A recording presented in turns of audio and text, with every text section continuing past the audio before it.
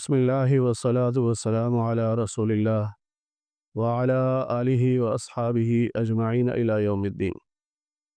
رمضان المبارک کا تیسرا اور آخری عشرہ یہ اس لحاظ سے بہت اہم ہے کہ اس میں لیلۃ القدر ہے، طاق راتیں ہیں اور ختم قرآن بہت بڑی تعداد میں ہوتے ہیں، اور پھر اس میں ایک رات آتی ہے جس کو لیلۃ الجائزہ کہتے ہیں، یعنی آخری رات جس کو ہمارے ہاں چاند رات کہا جاتا ہے، وہ انعام کی رات ہوتی ہے۔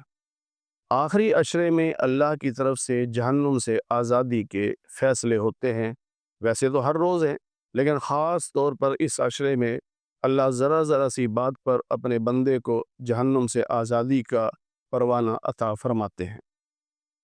حدیث پاک میں ہے کہ ہر روز رمضان مبارک میں ہر روز افطاری کے وقت 10 لاکھ مسلمانوں کی مغفرت کا فیصلہ ہوتا ہے، اور جو آخری افطاری ہوتی ہے اس میں 3 کروڑ مسلمانوں کی مغفرت کا فیصلہ ہوتا ہے۔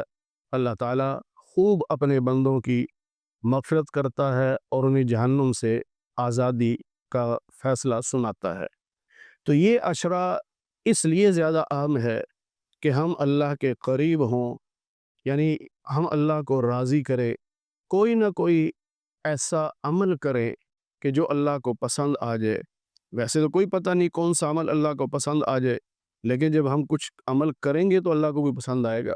اگر ہم وہ عمل ہی نہیں کریں گے، اور جس طرح ہمارے معاشرے کی حالت ہے کہ آخری عشرہ ہمارا بازاروں کی زینت بنتا ہے، ہماری خواتین بھی ہمارے بچے بھی بس بازاروں میں نکل جاتے ہیں، ساری رات شاپنگ میں گزار دیتے ہیں، حالانکہ وہ اللہ سے معافی مانگنے کا وقت ہے اور جہنم سے آزادی لینے کا وقت ہے۔